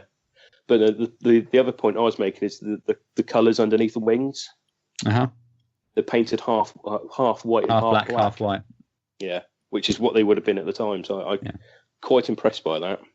Why would they have been half black? Identification again. Instantly recognised from the ground if it's a friendly aircraft or an enemy aircraft. Right, okay. Because you think about it, a Spitfire is not massive.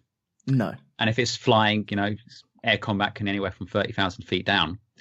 It's going to be just a little speck. Yeah. Now, if it's half white, half black, you've got a good chance of being able to spot that. If you're trying to figure out if it's an ellipsis shape on the wing or if it's a small squared off shape on the wing, that's a bit more difficult. Yeah, it's going to be harder. It's split. It's why they paint on F-18 Hornets nowadays. They paint a cockpit on the underside of the nose.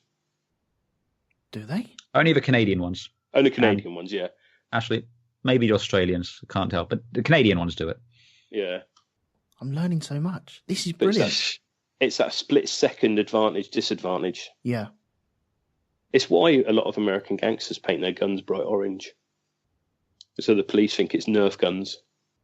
Yeah, okay. I've always wondered why they didn't. And they do it, yeah. And now they do. Oh, okay, fair enough. Yeah. So we've taken off. And we fade to black. Yes. But we also get a little bit from Dwight Eisenhower. Eisenhower, sorry. Eisenhower. Sorry, American listeners. That's all right. Well, maybe I should do it in my pomp British accent. Do your best Churchill. Go on. Oh, no, I ain't doing Churchill, man. I'm not. I can't pull that off. That's not going to happen. Not the insurance dog either. Anyway, his letter. This goes out to everyone, doesn't it? Yeah. Yep. Soldiers, sailors, and airmen of the AEF. You're about to embark upon the great crusade towards which we have striven these many months. The eyes of the world are upon you. Good luck, and let us all beseech the blessing of the Almighty God upon this great and noble undertaking. Is it General Dwight D. Eisenhower, Supreme Allied Commander? Mm-hmm. And there ends the episode. It does. So we're on our way. We are. Excellent. Final thoughts on the episode, because we got a bit of feedback, or a piece of feedback. I'll tell you what, I'll do the feedback first before we do final thoughts. Sure. Okay, this comes from Doreen Kelly. Hey, Keldor. That's right. And Who I believe hasn't seen anything past episode 1 yet, so apologies for the spoilers. No, well, I read today that she'd bought Band of Brothers from CEX which was mightily cheaper than on iTunes. So, well Yes. played there. She got the tin box as well. I even haven't got the tin box. So, well played. I was going to say, I've got the cardboard one, but I chose the cardboard one over the tin box because I didn't like it. Oh, okay. That's interesting. I've got the tin box DVD and Blu-ray box sets. Yeah. Ooh, money bags. Yeah. Get you. Anyway, she says... Just bought a Blu-ray player. She says, hello, Andy, Elton and Andy. And Pete, of course. Firstly, I really enjoyed your review of Saving Private Ryan. Thanks for doing this podcast. I have memories of watching it with my dad before I left home, but I had never returned to it until now.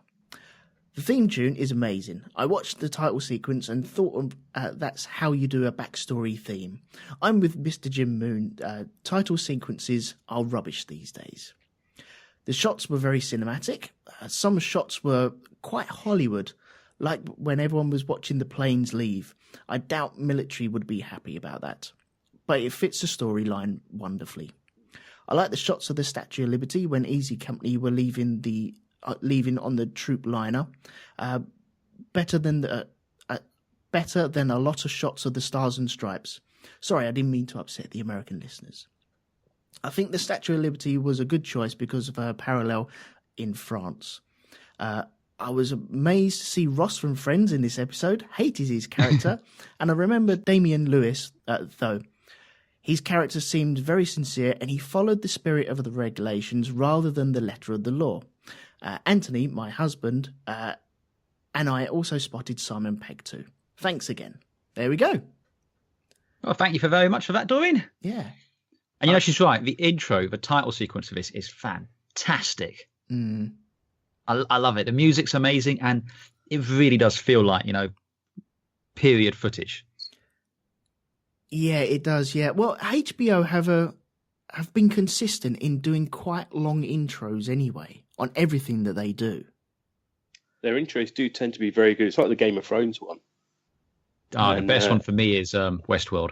I was going to say Westworld as well. Westworld is so good. Yeah. Okay. I'm still trying to remember what my favourite one would be. I do like the Game of Thrones one because they add to it as they go through. Yeah, it depends on the episode and what you see in it. Yeah, that's true. The Sopranos one, I think, was my favourite. Yeah. But there we go. Anyway, I think she was also right in about Damian Lewis and Winters and his character. She said it seems very sincere. He follows the spirit of the regulations rather than the letter of the law. Very much so. Yeah, I think very much so. That's perfectly put. I feel. If you read interviews that he's given and watch interviews that he's given, you very, very strongly get that impression from him. Mm. Really do. Yeah. Yeah, I believe he met with Winters before filming as well. I've actually got, and if I remember, I'll put them up in the podcast group. I've actually got photos a mate of mine, Andy Mulverhill, sent me of all the cast members meeting up with the people they play. Mm. So quite a lot of them did. I mean, what's his name? Can't think of the chap's name. The guy that plays Lewis Nixon. Can't think of the bloke's name now. He actually went and lived with Lewis Nixon's widow for a month.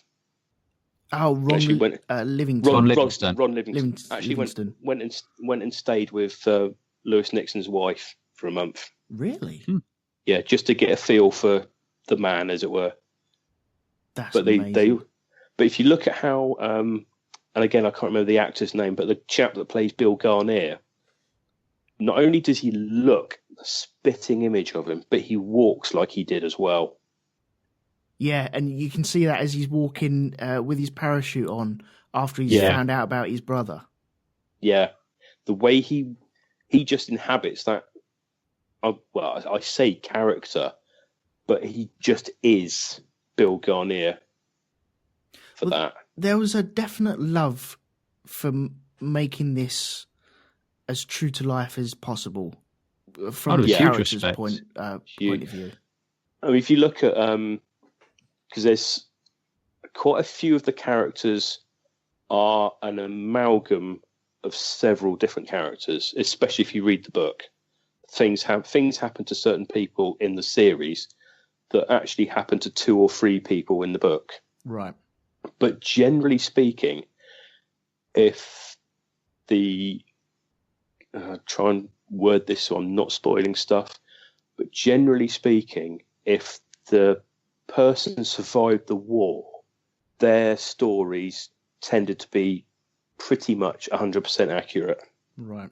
And I think as well, and again, if you look at these photos, if I remember to put them up, a lot of the actors played. They did one audition, and they basically said, "Yeah, well, we want him, we want him, we want him, we want him," because of the way they looked.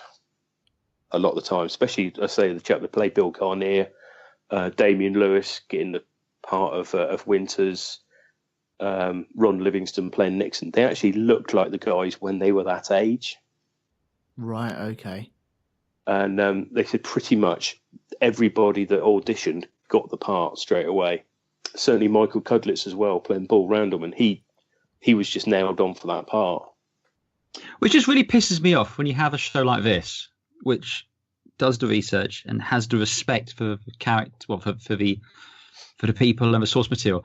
I mean, you get shit like U571, which just goes and takes a massive dump over it for no fucking good reason. It's like, you don't need to embellish it. You know, even bloody Pearl Harbor, the Michael Bay one, and all that. It's just like, you don't need to go doing all this shit. Yeah, yes. I know you're annoyed, but I'm talking now. I get how... I get, you know, dramatic license, and I get, sometimes you might need to embellish elements or something like this, but this is so true to the story, because the story itself is entertaining enough. You don't need to embellish it. Just tell it how it is. And yeah, it's when you have something as good as this, or as we saw with Saving Private Ryan, it's which, although it's not directly based on a true story, it's true to the spirit of the story, if you will. I just find those other things, just unforgivable. Bollocks. Yeah. Insulting, really, isn't it? It really is. I mean, to be honest, the one which I'll give the biggest pass to is the one which kind of gives up any semblance of trying to be a true war film, and is a war story, and it's just being a war film, and that's Inglourious Bastards, where there is no pretense whatsoever it's based on true events or anything like that. It's just a film set during the Second World War. That's it. It's like, yeah, I'm fine with that. It makes no bones about it. Oh God, no. It's almost a parallel universe, isn't it? Oh, absolutely, yeah. And it's like, yeah, if you want to just go and tell your story, do that. Go and do a parallel universe thing and do whatever you want. But don't try and, serve up this shit and tell me this really happened, and then think a little 2-line bloody disclaimer in the credits is going to get you off the hook. No, I totally agree. Okay, right. Well, final thoughts. I'll tell you what, though. I was going to say before you get final thoughts, that was a nice little segue to talk about the bit we forgot at the beginning. Oh, yes. This is possibly where Band of Brothers really, really does shine. Is it juxtaposes the action of the actual show with interviews and pieces to camera by the actual guys that were there.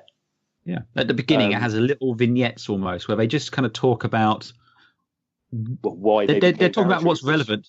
Yeah, but they're talking about what's going to be relevant in the episode you're about to see. So in this one, it's about why they chose to become paratroopers. And we have the one guy saying it was because someone said, "Do you want to be a paratrooper? Don't know what it is. You want to jump out of a plane?" And they're all like, "No." Said, "We'll give you an extra $50." That's like, well, it's double the pay. I'll do it. Yeah, it'd be me. What's interesting with this, though, is no names are given as to who is actually speaking. No. Yeah. It's just a fella talking to you with a black background, no rank, no name, no indication on who this person is. It's from a viewer's first watch on this, it is just eyewitness accounts as to how things unfolded. But we don't know who's who. And I think that's important. That is just getting across feelings direct feelings to the viewer straight away, and it could hush a room, I feel. Oh God, I would Oh, yeah. happily, I'd happily just watch 4 or 5 hours of those interviews, quite happily. Yeah. Yeah. One of the discs in the DVD set is pretty much an hour of that. They actually follow a couple of the survivors around some of the places they went, which is very, very interesting. But certainly, I should have said right at the beginning on the initial thoughts of the show, I think that's the thing that grabbed me immediately, was the BBC Two logo faded out, and faded in was the guys talking about why they became a paratrooper. And then you have the credit sequence, and then we're off and running. That really sort of grabs you, because it's a stark black background with one person talking to camera. And it's done so well. And you can't help but just think, you just grabbed straight away. It tells you that it's important. Yes. Without even saying it, without hinting at it, it's just, no, you need to pay attention to this. Yeah. And it's just beautifully done, I feel. But I hadn't noticed that there weren't any names up, and I think that is really important as well for later on. So it is. I should have really brought it up at the very beginning. That's just a misstep by myself, and I will correct that next time. We all forgot it. Yeah, we will have Elton taken out and roundly beaten later on. Yes, please. I will not enjoy. What do you mean? But... Yes, please. That's a little bit. That was a bit too quick, wasn't it? Oh, damn! A bit too quick. Oh, yes. Oh dear. No, we will amend that for next time we're out. Definitely. Okay, so final thoughts, guys. How do you think this first episode went with setting the scene? Perfect. Yeah. And Andy, can I have 2 words? Well, I'll give you more than 2 words. As I said at the beginning, it's a perfect bit of storytelling. It's very, very, very clever. I do think, though, this is definitely an episode which it usually benefits if you go straight into episode 2. Yes. Because this literally goes straight into episode 2. Unlike later episodes where there might be a bit of a gap between them, a bit of time will have passed. Again, as soon as this episode, I instantly just want to go straight into the next one. But didn't. And again, I think that's how this was kind of like the feature-length first episode. You know, I think the first 2 episodes of this were supposed to be viewed back to back. But as aside from that, I just think it's fantastic. Like I said at the top of the show, it's like meeting up with an old friend, you know. It's someone that's been with me for the last 15, 16 odd years sort of thing, and I just every time I put it on, I feel comfortable with these people. You know, it's just again, I don't want to go into this sort of thing, but it kind of reminds me of a simpler time, you know. Yeah. If there were Nazis, you punched them. That's all I'm saying. Got your brass knuckles. I could do with some brass knuckles. I could do with some brass knuckles, yeah. We could do with some brass knuckles nowadays. It's true. Oh, okay. Right, well... what did you think of it, Elton? What did I think of it? I think it is the perfect way of introducing characters without the need of any explosions or anything like that. It's... DC could do with watching this. It's a war movie without the war, and it works so well. It works so well. It's a great introduction, and it's not what you're going to. It's not hinting at what's going to be coming in front of you in the next 9 episodes. No, it really doesn't. Unless you know what's coming, you couldn't guess. No. You can't. Going into it cold, it's a real shocker and a real eye opener as to what. I envy people who are able to watch this cold. I really do. Yeah, I'd love to be able to just watch this for the first time. Sorry, anyway. I envy people that are watching just cold because I'd love to be able to watch this for the first time again. Yeah. I wish I was doing it all over again. But hopefully there's some people joining us along the way and going through it, and we'll enjoy it and find a firm love in their life that they can watch this again and again from now on. Oh, yes. It's quite funny. Whenever I watch an HBO show, whether it's Westworld or Game of Thrones or whatever, that initial HBO static black and white sting with the music, no matter what I'm watching, that then goes into the Band of Brothers theme, and it always, Game of Thrones. I thought it was going to be, it's that HBO logo is always followed by Band of Brothers. Do you know, in my head, I'm gonna cut you making that noise and then just splice it onto all my other DVDs now, because you are now the voice of HBO coming on my TV. That's it. You are the. Okay, so episode 2, part 2. Next time we'll be recording. It's the episode Day of Days. Do we give a little hint to what's happening? I think if you saw what happened at the end of this episode, you're going to get a pretty good guess. Okay, I will give you one line. Easy Company lands in Normandy, but is scattered across the region and away from their designated drop zone. There we go. So we will leave it at that. That is what's happening. It went a bit foobar. Yeah, everything. In fact, the next episode is why Tom Hanks spends the entire film looking for Easy Company, while the rest of them. Yeah. Yeah. No, that's good. Okay, so thank you to Andy, as always, for joining me for Band of Brothers podcast. Oh, my pleasure, sir. And thank you to Pete for joining us for this episode. And I'm sure you'll be turning up at other points throughout our course of doing this podcast.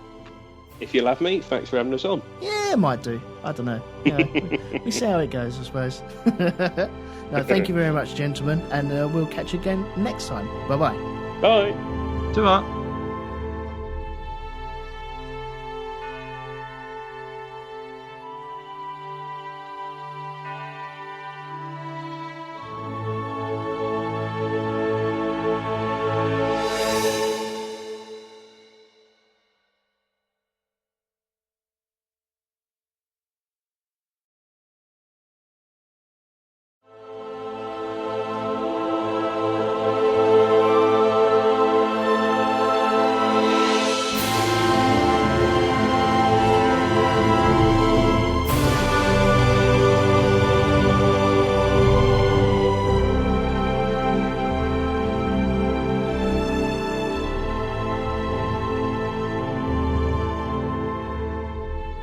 Hello everyone, and welcome back to the Band of Brothers podcast. I'm Elton, and joining me as always is Mr. Andy Palastides. Hello, Elton. Hello, everyone. And we have a new recruit for this week, Mr. Pete Hammond. Hi, guys. And we are going to be talking about part 1 of Band of Brothers, Currahee. Now, this is the first time I've noticed that Currahee is actually the hill that they run up and down, isn't it? Yes, it's also the model of the 506. Oh, is it? Ah, okay. Yes. Yeah. Nice. Yeah, I'm learning so much about this on this rewatch already. Last week, Elton learnt what acronyms meant, and now he's learning what Currahee is. It's a learning experience, should we say? It is, yes. But I'm thoroughly enjoying it. I'll be honest with you. I wanted to watch at least 2 or 3 when I watched this episode. But me too, man. I got to the end of it and I was like, oh, bugger. Gotta stop. Yeah, I need more already. And I resisted because I don't want to drink that well dry, if you know what I mean. You didn't want to fap your wad too soon. Yeah, if you want to go down that route, yeah, definitely. It's going to end up going down that route, so let's just embrace it. Yeah, so can I get initial impressions of this episode from you guys? Can I go with Pete first? Of course. Oh, yeah, go for it. Right, basically, overall, well, my history with Band of Brothers as a whole I've been with it right from the very beginning. I read the Stephen E. Ambrose book, Mm-hmm. And then because I'd heard that the series was being made, and then it came to BBC Two in was it 2000, back early 2000s, I think it actually was released, and the BBC screened Currahee and Day of Days back to back. I'm not sure they had enough confidence in the opening episode. Because they were saying from the producers and makers of Saving Private Ryan, so everybody's thinking, great, it's going to be bloody and gory and full of action, and of course Currahee's not. Not that matters because it's a fucking excellent standalone episode as it is. So I watched the first one way back in 2000, whatever it was, and absolutely loved it. Fell in love with it immediately. Could pick out who was who from having read the book. And that just set me off on it. And I think, well, as I say, they played the first two back to back. We're seeing things through his eyes largely.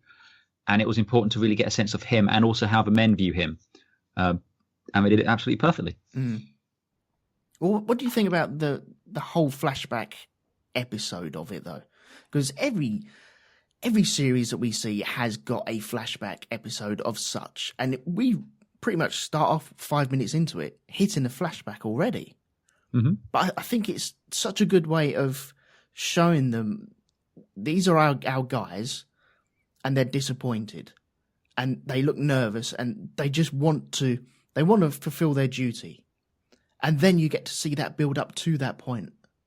I don't think it's so much they want to fulfill their duty so much as they want to get it over with. Yeah. It's a whole, it's been built up, they've been building to this moment. And again, it's been scrubbed and it's just like the adrenaline's up and then bugger. Yeah, they'd rather just get it over and done with. Yeah. Especially if you're Garnier.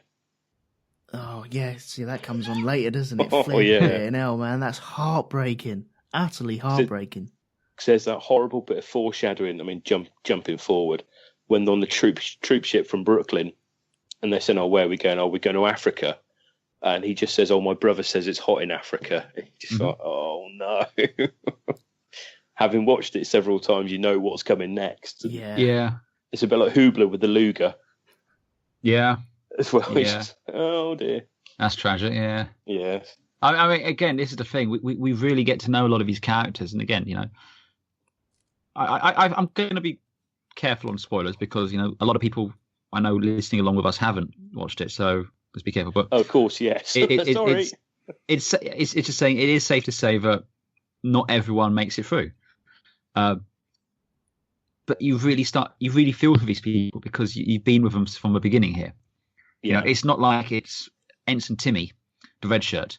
No, it's you know these people's names, their backstories, their families, their loved ones, and it is really harsh later on. And I think a lot of it is down to this first episode, where you just have that brief moment to just kind of be introduced to people and get a sense of it.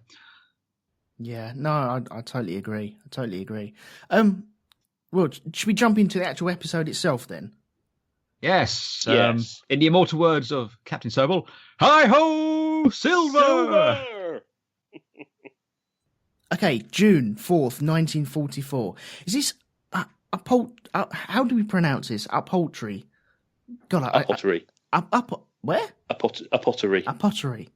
God, I sound like an American not knowing how to say Leicester Square. Leicester. And Edinburgh. Where is a pottery then? I need to Google Maps this. I need to know where it is. I should have done this before, but sorry, I'm going to do it now. Why not? I'm going to see how. Pause whilst a man looks up something on Google. Yeah, I'm doing it. I'm going in. Dude. On that first night, and then from then on, it was just one after the other, one a week. But yeah, fell in love with it at first sight, and that was it. Been with it ever since. And it's not an over-exaggeration to say that I watch Band of Brothers, to a season run through at least 2, maybe 3 times a year. Really, that many? Wow. And I've just started my first one for this year now to coincide with the podcasts. Yeah. So, but I was actually watching Currahee 2 hours ago. Bloody hell. Had you watched it prior to that as well?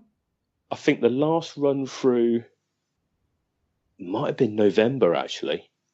Right. Yeah, November last year, yeah. Yeah, it seems an apt time to do a sort of run through, I suppose. Yeah.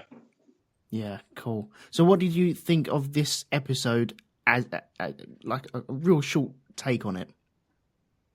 I think it's a fantastic piece of TV. I think the portrayal, David Schwimmer's portrayal of Herbert Sobel, is absolutely spot on.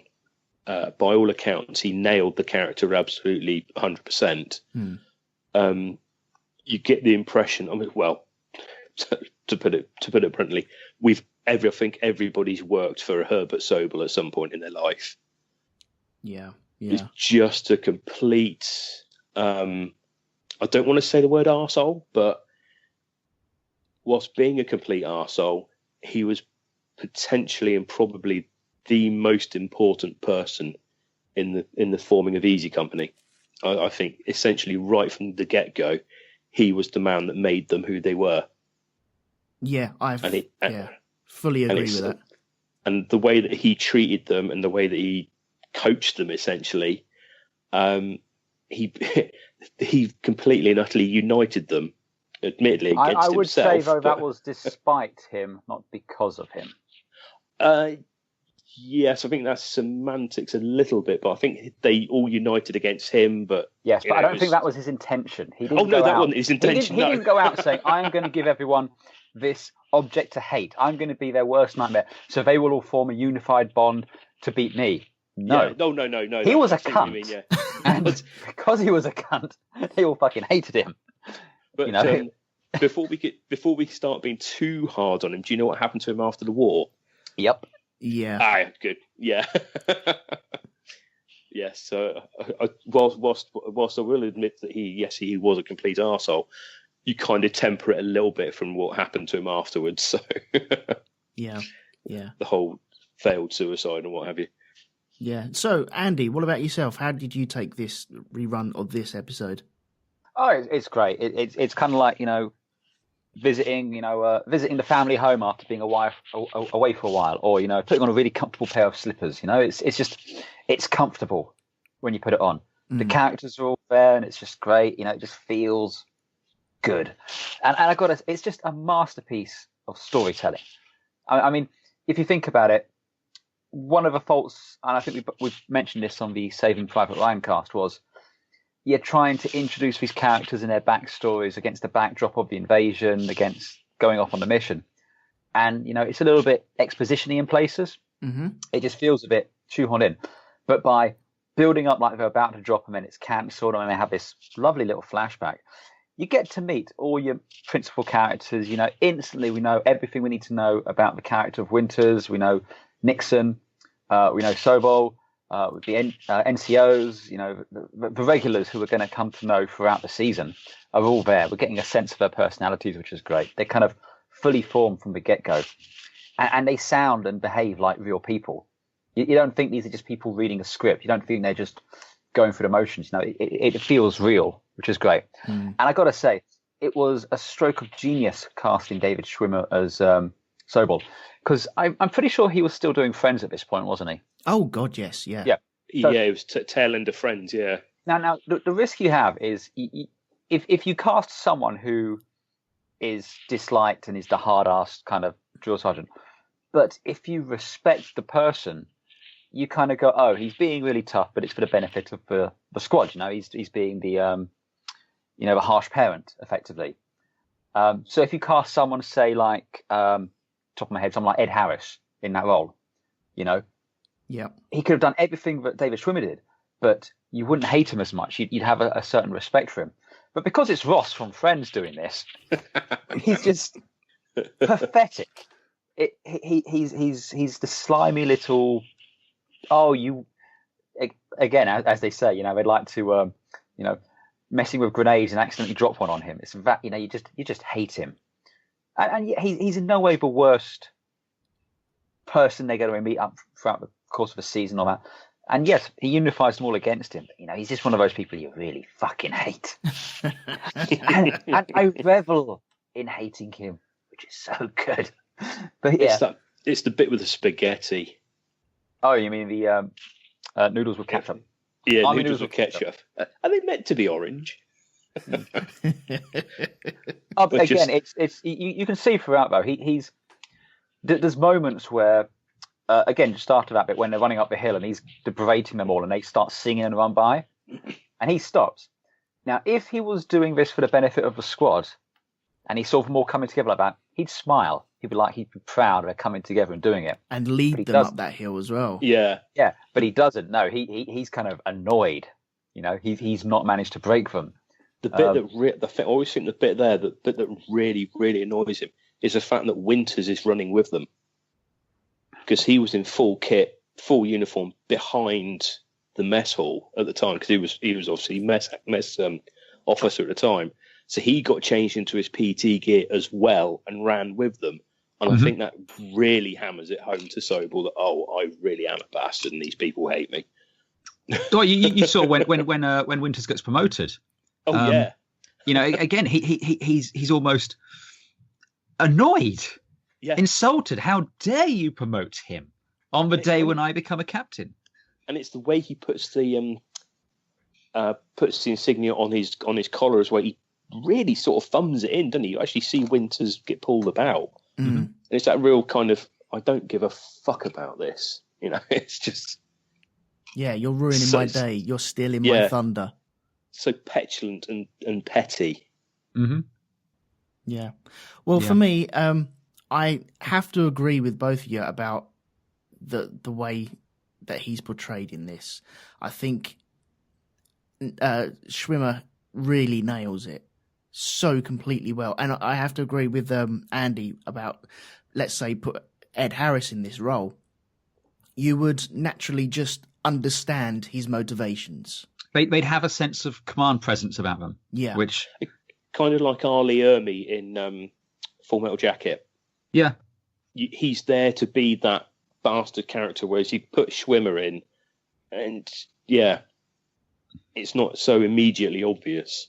But he plays it so well, and you do end up not despising him, but you can see his character building and the way he operates. And like you say, when he's pissed off that Winters joins the crew to run up Currahee, it's just it's knocked him so badly.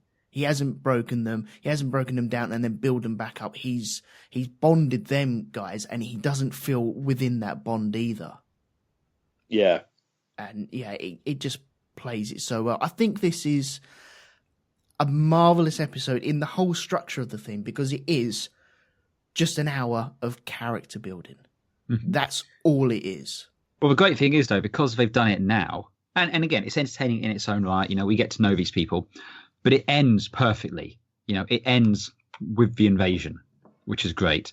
And it means when we get to the next episode, we don't have to go through the whole, this is Lieutenant Winters. What you don't know about Lieutenant Winters, though, is he's a straight shooter. He's a Quaker. He doesn't drink. He doesn't fraternize with his men. No, you don't have to do any of that shit. We know it. No, that's all done, isn't it? Yeah. Exactly. Yeah. It's out of the way. It's like, this is effectively the preface for the series. This is these are your people. This is what they're about. Okay, fine. And when they drop in new characters later on, fine, we get to know them throughout. But Lieutenant Winters is the audience's prism, I suppose. You know,